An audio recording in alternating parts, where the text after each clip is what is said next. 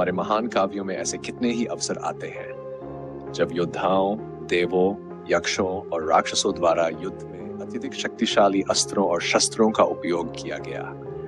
क्या होता अगर इन दिव्यास्त्रों का उपयोग उस समय न हुआ होता? इतिहास तो शायद कुछ और ही होता। कुछ अस्त्र मजबूरी में चलाए गए और कुछ बस माद मचाने के लिए। आइए जानते हैं हमारे सनातन इतिहास के सबसे शक्तिशाली अस्त्रों के बारे में। नंबर डास्टर, इंद्रदेव का प्रबल अस्त्र। लक्ष्मण जी ने इंद्रास्त्र का प्रयोग कर मेघनाद का वध किया था। श्री राम ने इसी अस्त्र से कुंभकर्ण को धराशायी किया। महाभारत में अर्जुन ने कई बार इसका उपयोग किया था। सोचिए, अगर यह अस्त्र न होता तो क्या मेघनाद और कुंभकर्ण का अंत इतना सहज होता? नंबर 9, ब्रह्मास्त्र। धर्म और सत्य की रक्षा के लिए ब्रह्मा जी द्वारा निर्मित। ब्रह्मास्त्र की चपेट में आने से लक्ष्य पूरी तरह से नष्ट हो जाता था। इसकी अचूक मार क्षमता के कारण ये वेदों और महाकाव्यों में कई बार वर्णित है। अगर इसका उपयोग न हुआ होता तो क्या धर्म और सत्य की स्थापना हो पाती? नंबर 8, वासवी शक्ति। इंद्र की अमोघ शक्ति। उन्होंने ये शक्ति कर्ण को दी थी, उसके कवच और कुंडल के बदले, लेकिन कर्ण इसका उपयोग केवल एक बार कर सकता था। इसी शक्ति से कर्ण ने घटोत्कच का वध किया था। सोचिए, अगर ये शक्ति न होती तो घटोत्कच क्या महाभारत के युद्ध में कहर नहीं मचा देता। नंबर 7, रुद्रास्त्र। स्वर्गलोक में अर्जुन ने इस अस्त्र का उपयोग कर हजारों काल के राक्षसों का संहार किया था। अर्जुन ने इसे कर्ण पर भी चलाने का निश्चय किया। उसी समय कर्ण का रथ धरती में धंस गया था। अर्जुन ने इसे वापस ले लिया। अगर अर्जुन ने इसे चला दिया होता तो क्या होता? क्या कर्ण बच पाते? वज्रास्त्र। देवराज इंद्र का वज्र, ऐसा शक्तिशाली शस्त्र एक बार चलाने पर इतनी ऊर्जा निकलती थी कि लाखों प्राणियों को क्षण भर में भस्म कर देती थी। इंद्र ने इसका उपयोग कर अति बलशाली राक्षसों का वध किया था और हनुमान जी पर भी इसका प्रयोग किया, जिससे हनुमान अचेत हो गए थे।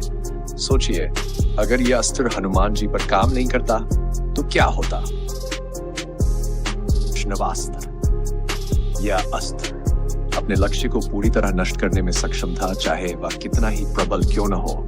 इसे केवल भगवान विष्णु जी से ही ग्रहण किया जा सकता था। श्री राम को इसका ज्ञान था और महाभारत में भगदत्त ने इसे अर्जुन पर चला दिया था। सोचिए, अर्जुन का क्या होता? पर तभी श्री कृष्ण, जो स्वयं भगवान विष्णु के अवतार थे, सामने आए। उन्होंने इसे अपने ऊपर ले लिया और वह वैष्णवास्त्र एक माला में बदल गया। ऐसा दिव्य हस्तक्षेप कौन देख सकता है? नंबर 16, ब्रह्मशिर। ये तो ब्रह्मा जी का सबसे शक्तिशाली अस्त्र था। ब्रह्मास्त्र से 4 गुना अधिक शक्तिशाली महाभारत के योद्धा गुरु द्रोण, भीष्म, कर्ण, अर्जुन और अश्वत्थामा सब इसे जानते थे।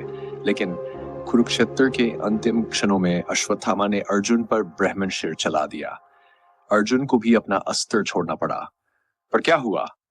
बीच में बचाव हुआ। अर्जुन ने तो अपना अस्त्र वापस ले लिया, पर अश्वत्थामा, वह ऐसा करने में असमर्थ था और उसने अपना अस्त्र उत्तरा के गर्भ की ओर मोड़ दिया।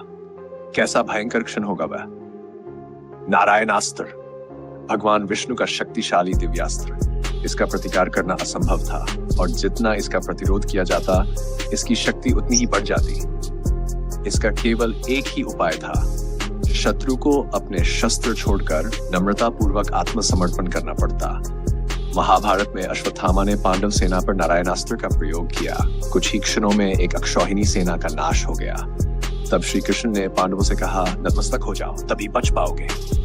सोचिए, कितना अद्भुत और डरावना था यह अस्त्र। नंबर 2, पाशुपतास्त्र।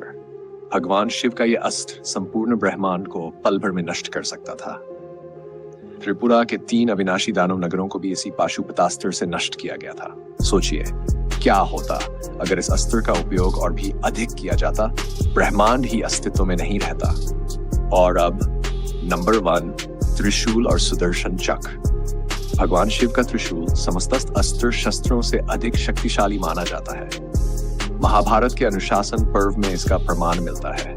शिवजी जब सृष्टि में प्रकट हुए तो उनके साथ 3 गुण रज, तम और सत्व भी प्रकट हुए और शिवजी ने इन तीनों गुणों को अपने त्रिशूल में बांध लिया। त्रिशूल के बिना सृष्टि का सामंजस्य ही संभव नहीं था। वहीं भगवान विष्णु का सुदर्शन चक्र गति और समय का प्रतीक।